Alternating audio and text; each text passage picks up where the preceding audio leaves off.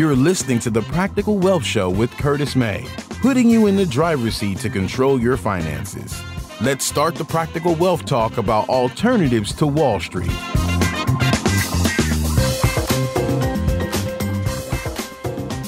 All right, welcome to the Practical Wealth Show. Hey, we're back again, and as I record this, is right after Thanksgiving, and we're excited stuff still, but we're excited. Now, hey, I wanted to thank you guys for listening. I hope you had a great holiday.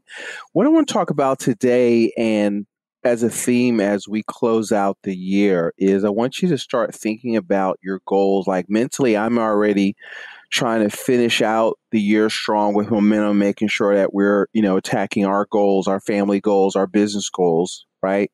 And then setting up systems and to make sure that we're having a great 2018. One of the things is, we talked about this in a past episode, becoming your own, running your household like a business, becoming the CFO of your house. And so what I'm going to give you today as a bonus is a tip sheet. This interview is about the top 10 tips for effectively tracking your finances. So hopefully this will be short and sweet, and you can download this and kind of use this as a tracking. At the end, I'm going to give you a couple of tools that you can use to make this simpler to keep good records. A couple tools that I use. Okay.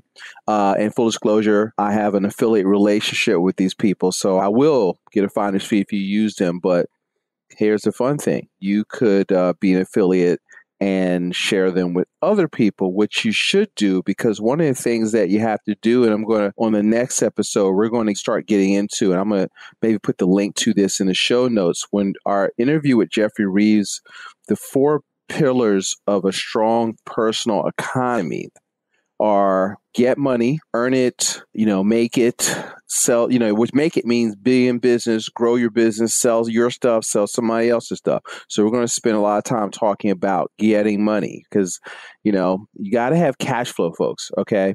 Secondly is bank it. We've talked about the banking strategy, and I'm going to do a webinar on that. You'll be able to link to, and if you're interested in learning the banking strategy that we teach to learn how to run your personal economy like a financial institution, and recover the interest that you give away to credit cards, to car loans, and begin to bring that money back into your personal economy. We're going to talk about that. We call that the private reserve strategy. So hit me up if you don't know what I'm talking about, and I'll send you a video on it. And so what you got to do is but it starts with cash flow management. My business coach says that, wealth starts in the mind, but ends in the purse. Okay. And most wealth is lost, I find, and I don't care if I'm working with a client that's making $50,000 a year or 200. Okay. The game is won and lost at cash flow management. And a lot of people are losing that game because they just don't have systems, right, to do that. I've struggled with that. How do you track this stuff? How do you track stuff and not get behind? So we're going to talk a little bit about that. So let's talk about the top 10 tips for effectively tracking your finances. Because see, being in control in the area of your finances is both empowering and necessary. So when you can keep this part of your life well managed, you prevent unnecessary stress and worries, right? And so here are 10 great ideas for effectively tracking your finances. Be motivated is number 1. See, first of all of this stuff is really a pain. And so you've got to have a goal of greatness. You've got to have, what is important to you about money? Starting with like a bigger, your vision. What is the vision for your family? What is the vision for your business? So that you have a big enough goal so that you'll want to be bothered with tracking. What would it mean to you to be out of debt? What would non-preferred debt, right? What would it mean to you to have 6 months of emergency fund set aside? Okay. So, that doesn't just happen. You've got to make it happen, right? So you've got to get motivated, and you got to know why you want to do it. Do you have too much, months left at the end of your money? Or are you on the other scale, you're making good money, and I can think of a family that's making a combined income over $200,000 a year and can't save $100 a month. Okay. And so just because they're They're not tracking their finances. They're addicted to spending, this person told me. And so you got to know why. The why helps you stay on track when you're losing focus, right? Number two, you got to be disciplined. See, when tracking your finances, you must be willing to sacrifice sometimes temporary pleasures. Remember, we talk about there's 3 types of money, folks, right? So there is lifestyle money. There's accumulated money. So accumulated money is the money you have saved. Lifestyle money is the money it takes for you to live the life that you want. And there are wealth transfers. So the second way most people lose most of their money is through transfers, the money they're losing unknowingly and unnecessarily. So not managing their debt. Okay. Because see, if you go into debt especially for consumer things, what you're doing, folks, is you are collateralizing future income. All right. So you're still paying for things you did, decisions you made 2 years ago, 3 years ago, 6 months ago, and it's impacting current cash flow. So you have to have a certain amount of discipline, and you got to choose willpower over instant gratification. Northcliffe Parkinson says that expenses rise to meet income. So even if you make more money, you will figure out how to spend it. Okay. And so what things you have to do is you've got to learn what you are spending right now. So you got to have a starting point. So one of the things that we do with people is we want to, when we take people through our money organizer, what's the first question you're going to ask me? Well, where are you now? And then you want to find out, where's the money going? Well, keep track of where your money goes. There are a lot of apps that make that easy for you, okay? Initially, you want to keep track of it because one of the things is awareness is the first step. I really like a spending plan. So I want you to forecast and direct where your money goes. And so we'll talk about it a little bit later, but you do want to track it. Remember, your household is a business, so you can't run a good business if you don't pay attention where your money's going. Right. And don't forget to track your cash, because you got kids. Oh, Dad, we need money for lunch and You look up, you got $50 or $60 in your wallet and it's gone. Okay. So you need to track that because money goes. Right. So let's just review real quick. Be motivated, be disciplined. Number 2, learn what you're spending right now. Number 3, keep track. Number 4, don't forget to track your cash. Number 6, I want you to sort your spending into categories. Entertainment, living expenses, savings, because savings is an expense.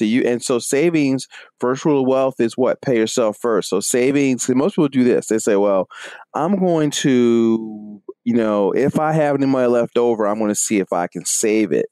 But the first rule of wealth is you have to pay yourself first. So you've got to manage cash flow to create a budget surplus. But so if you're making $200, 10% of that, and you're really doing more than that, but at least that is $2,000 is $200, right? And so you got to pay it first, and then you've got to deal with the rest of your money or your household on $1,800 because you're working for it. Because you got to save it, and then you've got to look for places to put it to make that money make more money for you. Okay.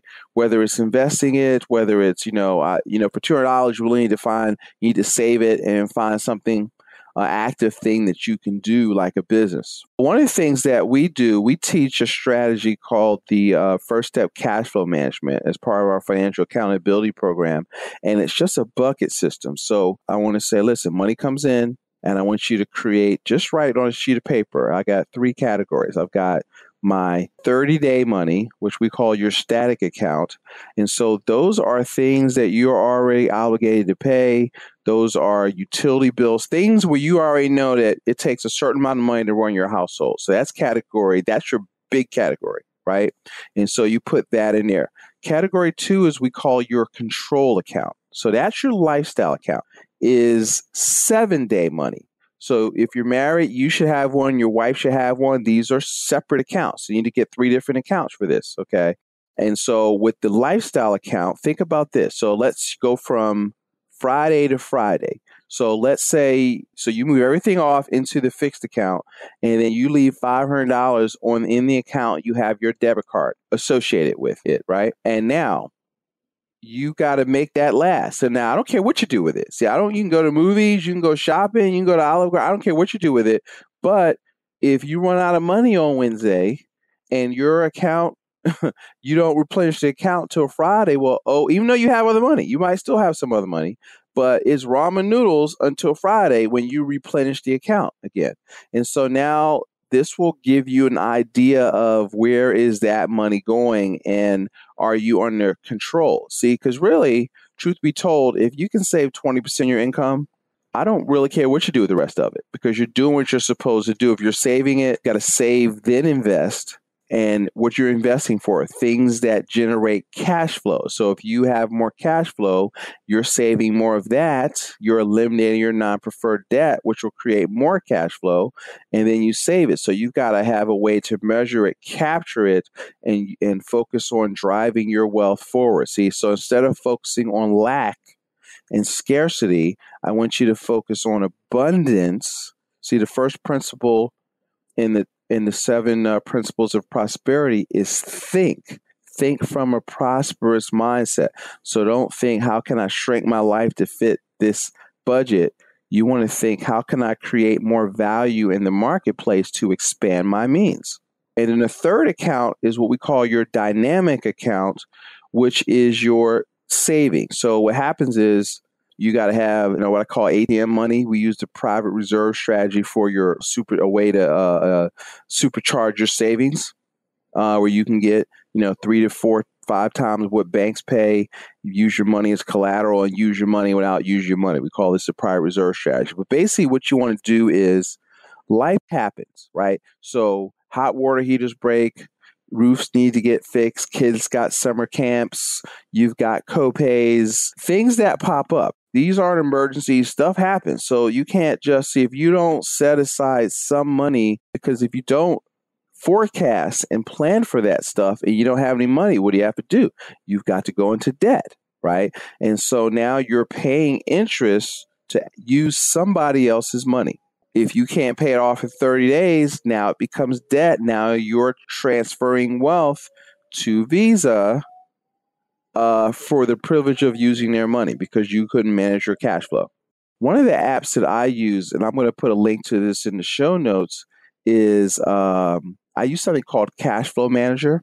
The Cash Flow Manager allows you to create categories and track your stuff so that you can create reports, profit and losses, income statements, and forward them to your accountant. You can take pictures of receipts. One of my next posts is going to be the tax advantages of a home-based business, and I'm going to teach you something called income shifting. How to adjust your W-4 and how to shift things that you already pay for. If you've got a business, now you can help the government help you pay for it, right? Because the government wants you to be in business. So be in business and do what the tax code is incenting you to do. Okay. The second one is kind of a budget plan. And what I like about it, it's a kind of a do-it-yourself version of our 5-step money organizer process. And so this is built into an app where you could do scenario planning, and it's called WiseFi. So I'll put it's a longer affiliate link, but I'll put a link in the show notes to the WiseFi, because what you want to be able to do is do scenario plannings. This is something that you look at. So if you're looking at, once you get it in, that's why I like these tools, you say, well, I want to buy a car, right? And so you need to do it. You can put your scenario in. Okay, well, that new car is going to be, $300 a month, plus my insurance is going to go up for $30. What does this do to my lifestyle bucket? See, a lot of people just get emotional and make emotional decisions, but you've got to think about stuff and do the numbers. See, the numbers tell a story. Financial literacy at its core is accounting, right? Which is the ability to effectively, track your personal economy. See, if you can't control yourself, if you can't control that, somebody will always control you. Always. Because if you don't have a plan, you're part of somebody else's plan. Okay. And number 10, you've got to persevere no matter how tiresome it gets. Tracking your finances, initially, it's not an easy chore, but there are hacks where you can do it. And so, you got to ask yourself, well, if I don't track it, what is going to happen? If I don't track it and my kids see you not being tracked, how are they going to be with their finances? Folks, you have to be an example. Everybody's an example. You're the good one or you're the bad one. Okay. And so what do you want to be? So take control of your finance today and see what a difference it can make for you. All right. So listen, if you need a little help with this stuff, you can reach out to us. I really appreciate your support. Hopefully we're, being helpful out there. Please subscribe to the show wherever you listen to podcasts, iTunes, Stitcher, Google Play, SoundCloud. Check out my YouTube channel, The Practical Wealth Show. Folks, I look forward to speaking to you again next week. Got some exciting interviews coming up. You all make it a great day.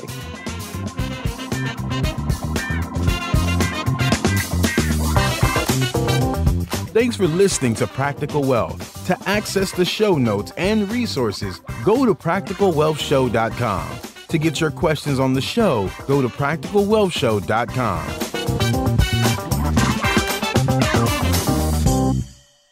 This show is for entertainment purposes only.